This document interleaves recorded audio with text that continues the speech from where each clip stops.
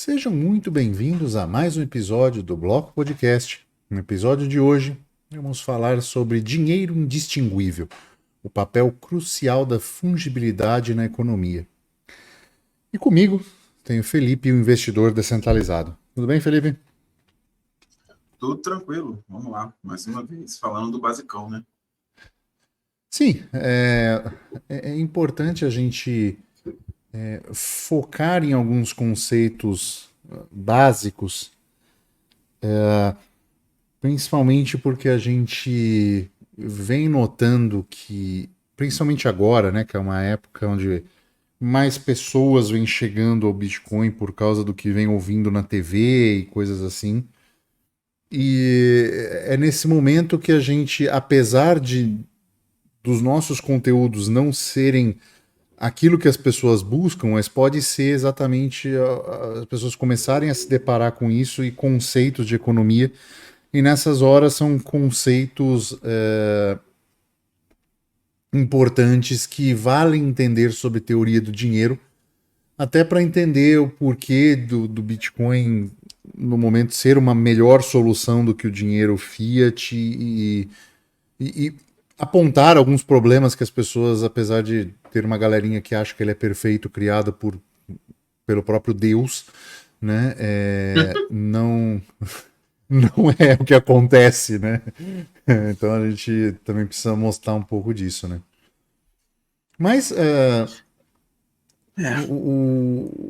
a gente pode retornar à história, né, e partir do padrão metálico, né, onde o ouro era o principal dinheiro utilizado, né, dos metais era o principal utilizado como dinheiro, e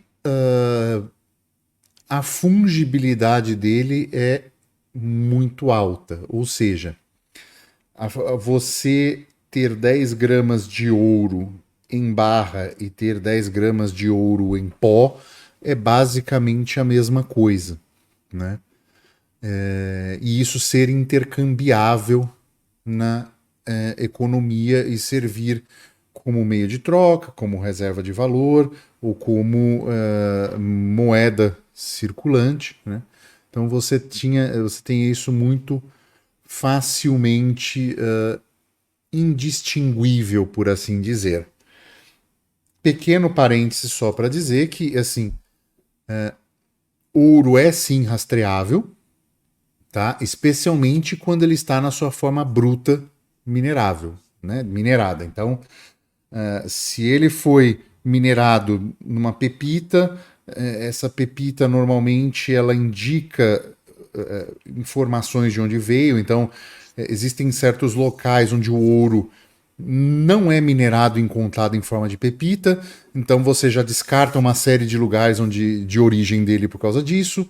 Essa pepita muitas vezes vem com outros metais ou vem com pedaços de rocha junto, então por essa rocha, por esse tipo de rocha, também já exclui uma série de lugares, então ele é razoavelmente rastreado em relação à origem quando a gente está falando nisso, né?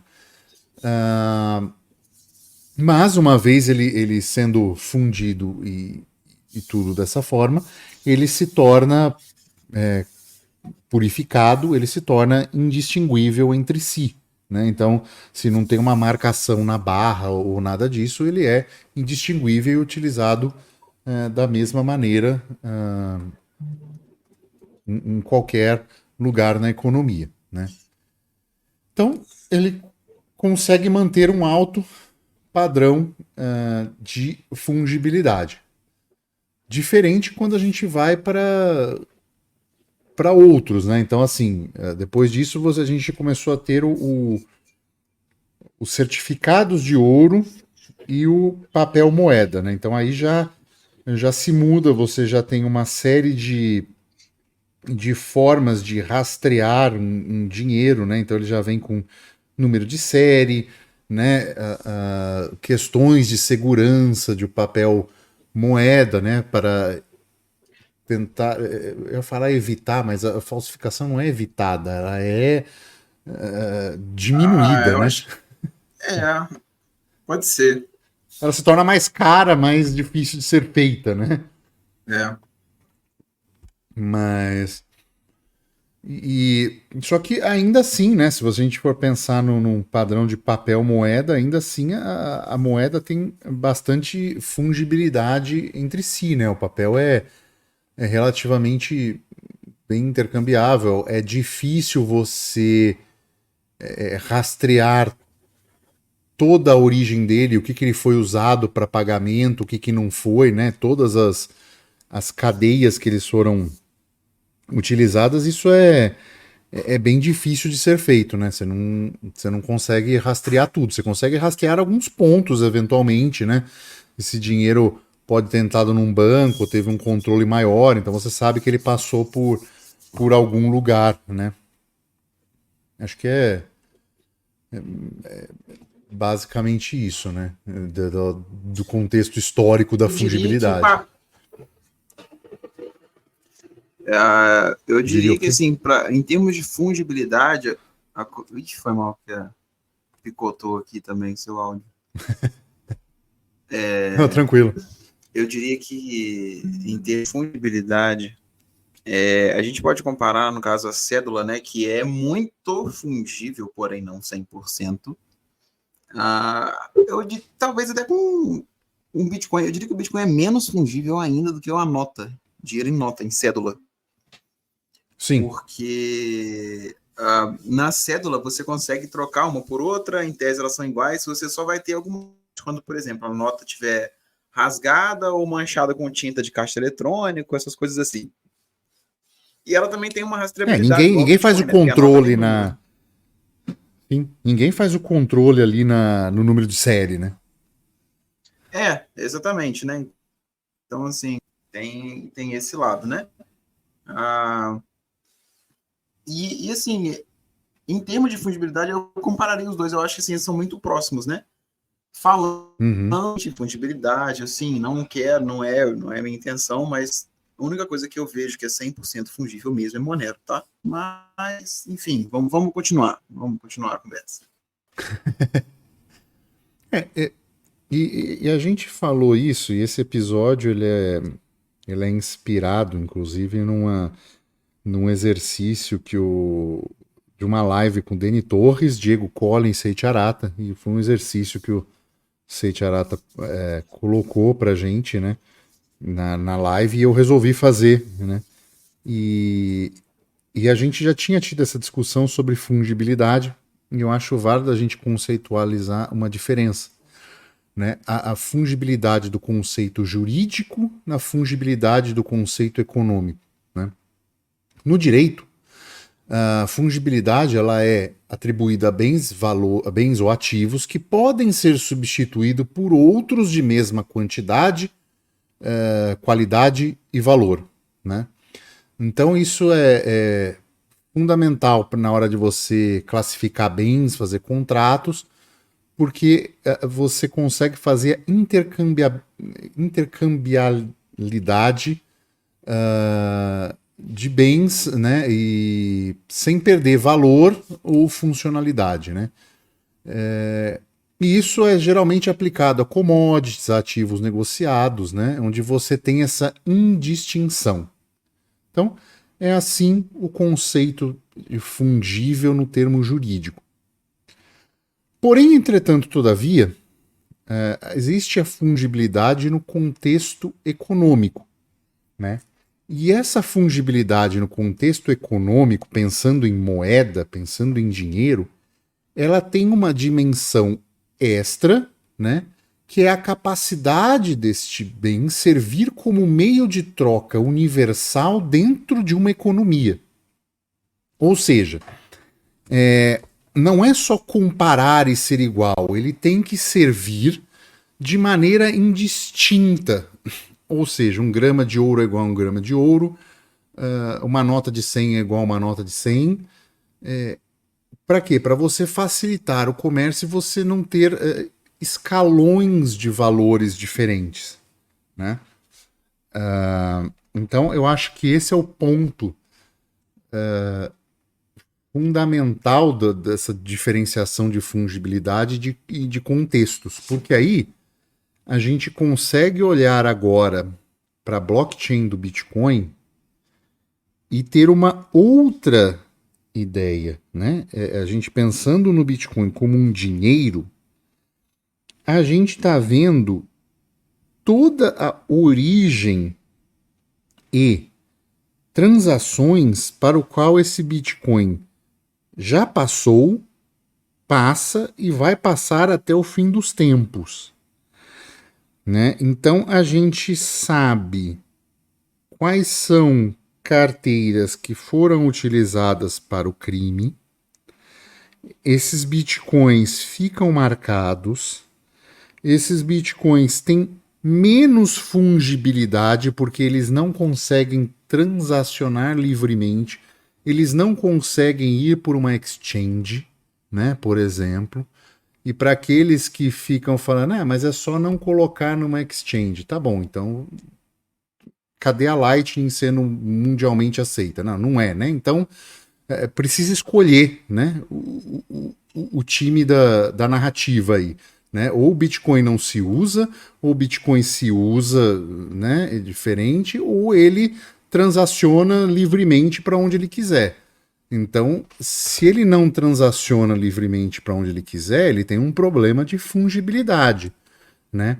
Se uma transação é escolhida no bloco por outro critério que não o incentivo econômico, isso é um episódio que a gente vai fazer, na verdade é uma aula que a gente vai fazer para o nosso curso sobre saúde do bloco, ou seja, o que era previsto para entrar no bloco e o que de fato entra no bloco, né? O que é previsto é o incentivo puramente econômico e o que de fato é o que os mineradores resolvem incluir por outras coisas que não econômica.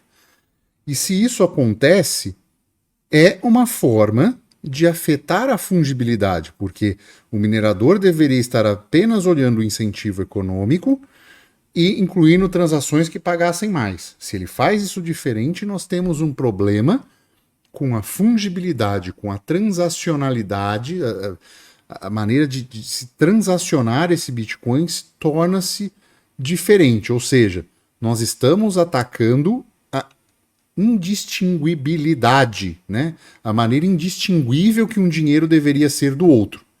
Logo, nós temos um problema potencial de fungibilidade, certo?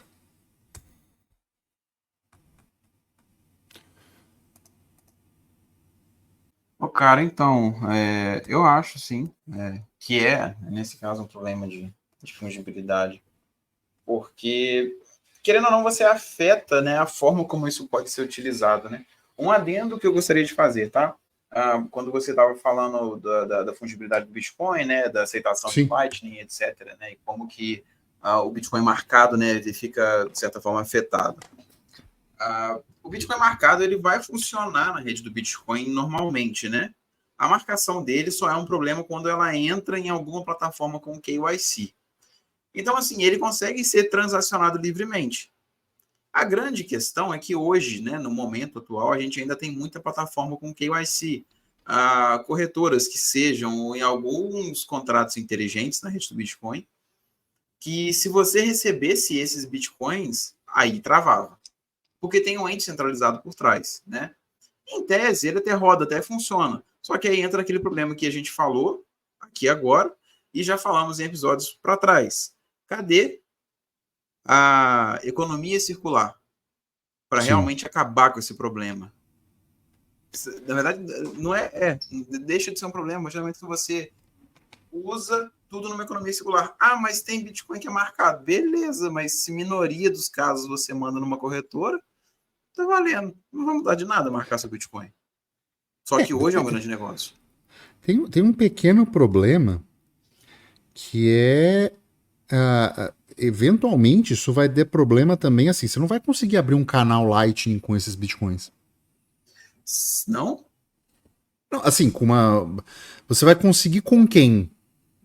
Quem vai querer abrir um canal desse com você? Essa é a questão.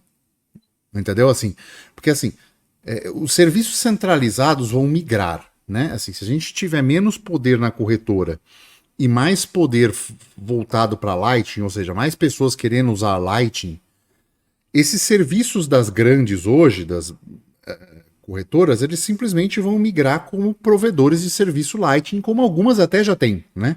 Para fazer saques e afins. Você vai ter dificuldade em abrir canais com esse tipo de Bitcoin, cara. Não vai ser tão simples assim, sabe? Mas então, será que a outra parte vai estar, de alguma forma, verificando isso? Provavelmente. Provavelmente.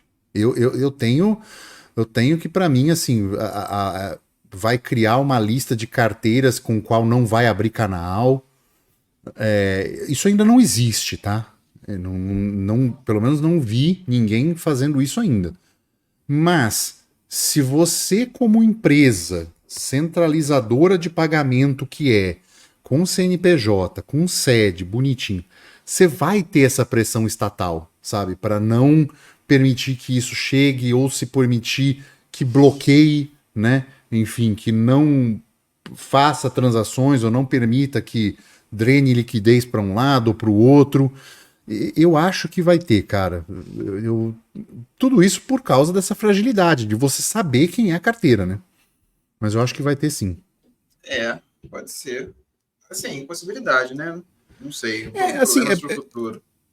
possibilidades pensando na maneira com que o Estado vem agindo e regulamentando entidades centralizadas que lidam com isso. E entidades centralizadas vão ser soluções de pagamento na Lightning. A Lightning não vai ser para você com seu nodezinho, né, ter canais de pagamento e fazer isso. Vai ser uma coisa bem cara de se manter, né? Vai ser um dinheiro muito muito valioso para se fazer isso, né? Se ser um banco nesse sentido da Lightning. Então eu vejo isso como um potencial problema.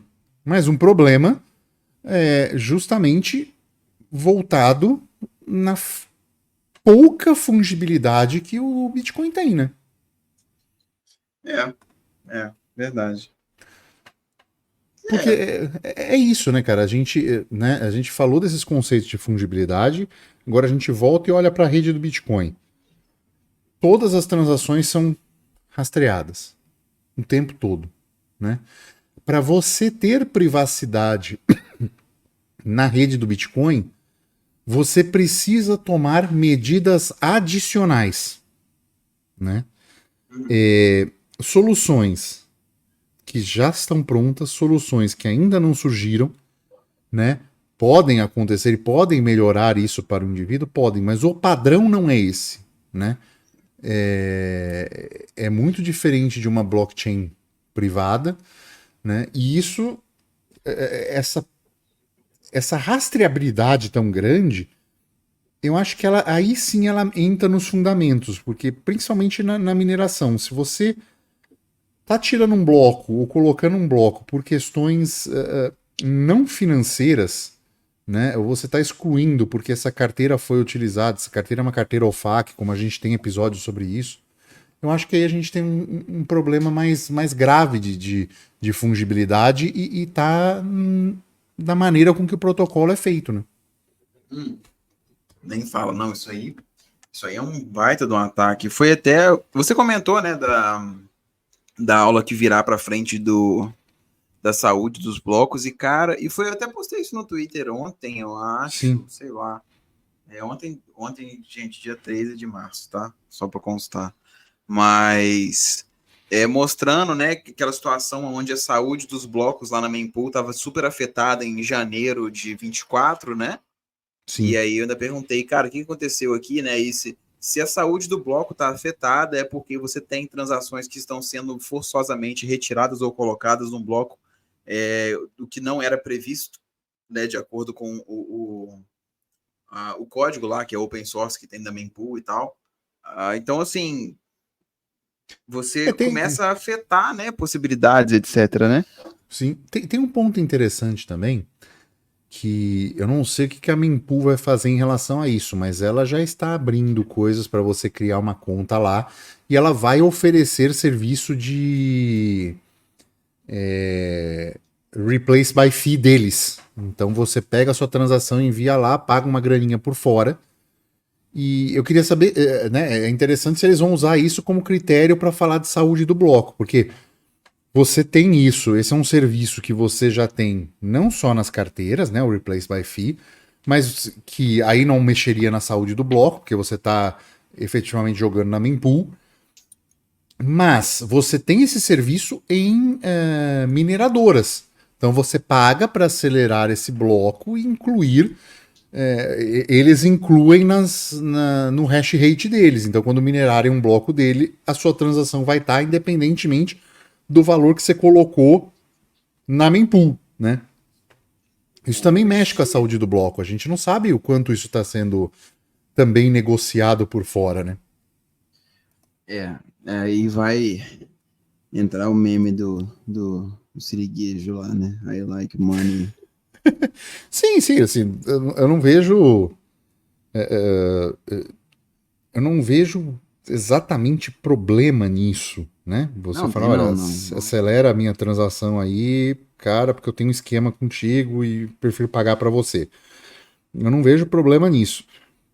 O problema maior fica com aqueles, entre aspas, Bitcoin marcados, né? Então a pool não vai propagar uma OFAC, né? Uma carteira OFAC que é utilizada para crimes nos Estados Unidos, né? E aí eu acho que você faz uma comparação muito boa, né? Porque assim, às vezes o crime é realmente, sei lá, o cara utilizou isso, sequestrou pessoas e tal, e pegou essa grana. Mas e o crime sem vítima, né? E se esse cara. E se eventualmente esse cara, o único crime que ele cometeu foi, entre aspas, atacar uma democracia, né? Isso virou Em crime. muitos desses casos, a democracia não é uma democracia, né? Exato, exato, né? Assim, eu usei o termo porque ele é recente no Brasil, mas, sabe, ou é um dissidente político, por assim dizer, ou é uma coisa, né, de alguém perseguido politicamente, e a única coisa que o cara fez foi denunciar. A gente não sabe, né, assim, o que é crime hoje com o positivismo, né? Amanhã você beber água na rua e jogar um restinho fora pode ser crime, entendeu? E aí os caras vão querer te caçar, não deixar sua transação ser propagada por causa disso, né? Eu acho que é um poder que está num lugar que não deveria estar na rede, né? E o pseudo-anonimato interfere na fungibilidade nesse ponto, né? Cara, bem colocado. Bem colocado, porque como é que fala? A fungibilidade ela vai estar diretamente ligada com essa transparência, né, que gera rastreabilidade. Porque se você tem uma rastreabilidade, você afeta a fungibilidade. Se você Sim, tem a rastreabilidade, você sabe de onde que veio, você sabe para onde que está indo, você sabe quem já transacionou, por mais que você só tenha endereços de carteira, beleza. Mas você tem essa noção, né, do que sim. é. E aí acaba que você, É, para o, tipo, para o mal ou para o bem, né? Assim, se você receber um Bitcoin de Satoshi, você não vai vender o mesmo preço de mercado, né? Então, assim, é uma coisa legal que você considera mais especial e as pessoas vão pagar uma coisa diferenciada. É uma coisa boa para o indivíduo que recebeu, mas isso afeta como dinheiro a fungibilidade, né? Economicamente, isso é errado, por assim dizer, né? Assim, diminui um pontinho na fungibilidade mesmo sendo uma coisa positiva, né? Assim, exatamente, é bem básico, mas e aí assim, acho que aí depois a coisa evoluiu em termos de cripto, né? O próprio Satoshi falou naquele post em 2010 que você compartilhou da necessidade de ser mais privado e vieram blockchains que corrigem esse problema, né? Por assim dizer. Então ele mantém a fungibilidade, você não sabendo, minerador só sabe o valor, né, da taxa de transação para incluir no bloco. E você não sabe quanto é, para onde vem, o que uma carteira tem, e é isso aí, né? Acho que a vida segue de uma forma muito mais fungível, né? Assim, você vai, seja lá pagar um Monero, usar um Dero é um Dero, é a cotação de mercado. Um Monero é um Monero, né? Se você for tentar achar, o cara te passar a carteira. Se for tentar olhar, você vai tentar olhar um explorador de bloco, botar a carteira, os caras vão falar, não, aqui não. e posso te contar, né, um negócio interessante, né, de Claro. prática, né, de quem transaciona bastante. As transações de Monero caíram depois da deslistagem da Binance, né? Uhum. E aí as pessoas têm usado muito o SDT. E Ah, é? beleza. Tá assim, muito SDT, rede Polygon, tá muita coisa. Aí, enfim, qual que é a grande questão? O SDT é totalmente rastreável, né? Igual o Bitcoin. E como é a taxa baixinha, aí você sai enviando para todo quanto é gente, né? Sim. Aí chega uma hora que a sua carteira ela tem lá aquele monte de entrada e de saída, sabe? Aham. De, pô, mandei para esses caras e tal. E às vezes você fica até meio assim, né, receoso de, pô, esse cara aqui, ele me conhece, e aí eu vou, tipo assim, mandar minha carteira para ele vai ver minhas movimentações e tal. E para resolver isso, né, eu tenho feito aquele negócio que eu falei no vídeo lá no YouTube, o Privacidade para Pobres, né? Que aí Hum, você tem que usar uma corretora sem KYC no meio, né? Para ela segurar, né, o dinheiro como testa de ferro da parada, sabe? São detalhes. sim, sim. Eu acho que, né, já começando a concluir esse episódio, acho que foi válido a gente explicar um pouquinho da história do dinheiro, mostrar como comparar as coisas, né? E mostrar que eu acho que das soluções que a gente apresentou, ficar claro que o Bitcoin, em termos de fungibilidade, é o pior deles, né?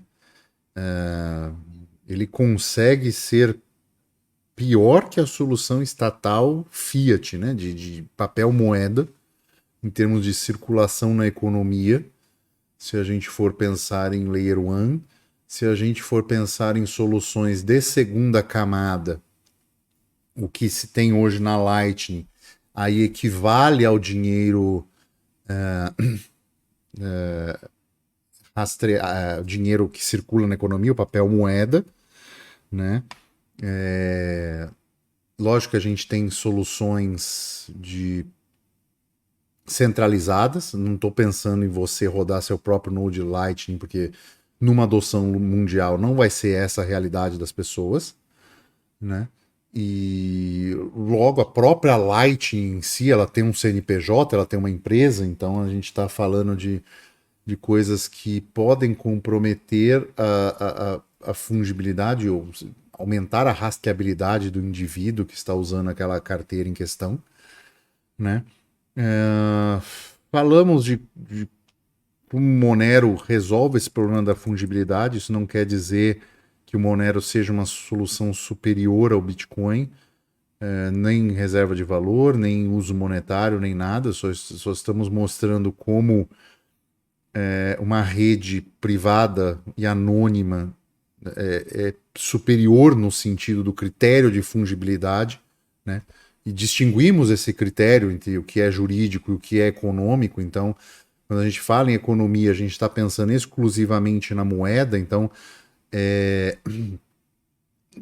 mostrando que um Bitcoin não necessariamente é igual a um Bitcoin quando você tem toda a origem, todo lugar que ele passou, né? Então, ele pode ter passado por lugares que o valorizam mais, né, em termos de mais pessoas quererem ele ou menos, né, menos pessoas quererem o problema, né, de ter um Bitcoin dependendo de onde ele passou, né? E acho que cada ponto vai ter vantagens e desvantagens, né? E a gente precisa estar atento e principalmente reforçar o conceito de que Bitcoin não é perfeito, né? E as questões financeiras que ele resolve bem, mas não faz dele perfeito e tem esse problema na fungibilidade que hoje não tem grandes implicações e repercussões, né? Mas no futuro pode ser usado sim para grande controle das pessoas, né? Com certeza, com certeza. E já podemos partir para a notícia, né? O cara, é a parte boa que eu tava querendo falar. É, São temas que eu gosto e eu acho que, sim, dependendo até cabe, né? Se vocês, por favor, que nos ouvem, acham que é válido, comentem abaixo. Eu vou falar acerca do que a Receita Federal falou, que wallets são considerados exterior, investimentos no exterior, e, portanto, devem ser tributados, tá? Bom, essa é a notícia. A Receita lançou uma nova instrução normativa e nessa ela explica que as criptomoedas em carteira de custódia própria são consideradas como exterior para fins de investimento. Portanto, estão sujeitos ao imposto de 15%, conforme está na lei das offshores, que passou no final de 23 agora.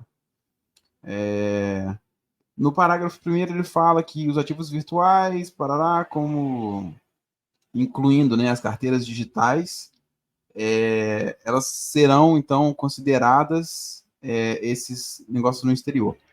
Uma questão que ele trouxe lá, que ele falou de carteiras digitais com rendimentos. Eu não sei o que ele quer dizer com isso, isso vai virar certamente aula para o curso depois, para o método PAC. Enfim. Carteiras o quê? Ele fala de carteiras digitais com rendimentos. Eu não sei Pool o de que ele quer liquidez? dizer com isso. Cara, não, eu acho que tem algumas carteiras que permitem você fazer staking, sabe? Ah, tem mesmo, tem mesmo. Então eu não sei se ele quis dizer isso, se ele está se restringindo a isso, entendeu? E aí ele fala que os ativos virtuais eles são considerados localizados no exterior, independente do local da emissão do ativo virtual. Engraçado, né? Porque ninguém sabe de onde que surgiu o Bitcoin, né? Ninguém sabe onde que é o local da emissão dele.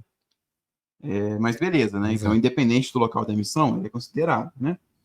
E quando eles forem custodiados ou negociados por instituições localizadas no exterior. A grande questão é que, tipo assim, tem brechas, tá?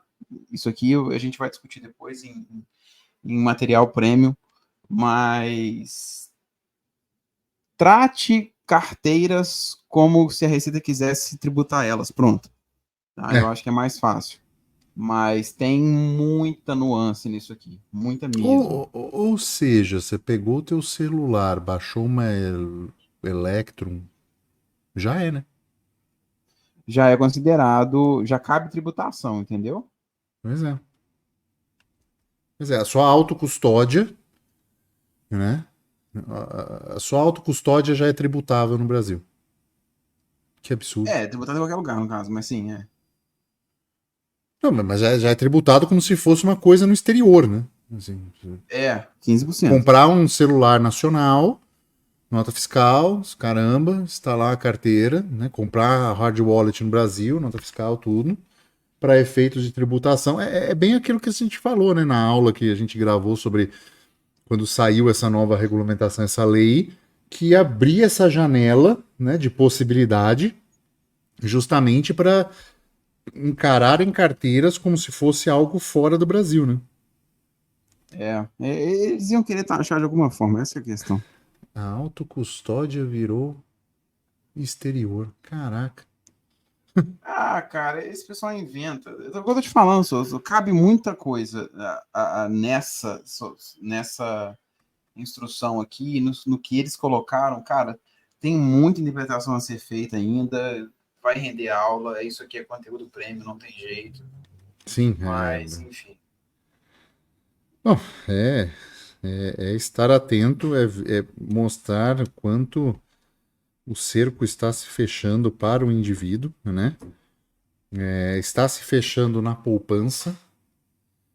Então, tem uma forma muito boa de lidar isso, se chama economia circular e uso, né? Vamos ver se isso apressa o uso, apressa você usar esse dinheiro, as pessoas usarem e aí não tem o que tributar se você não tem, né? Você está usando. Exatamente. Acho que fica mais uma vez esse lembrete, né? O Estado está vindo para cima da poupança. Se você não tiver poupança, se tiver moeda de uso corrente, já é uma outra forma de se encarar a coisa, né? Mas é isso, vamos chegando ao final de mais um episódio do Bloco Podcast. Se chegou até aqui, por favor, deixe 5 estrelinhas, deixe joinha, deixe um comentário também. Pode tanto aqui, quanto tanto no podcast, quanto no YouTube, se estiver vendo a gente por lá. Se gostou e ainda quiser mandar uns satoshinhos, é só enviar para quinteiro@zebedi.gg. Ou se estiver no Fontaine, é só dar um boost no episódio, ou fazer um recorte, deixar um comentário, que a gente já recebe também uns satoshinhos, tá bom? E é isso. Ficamos por aqui e tchau.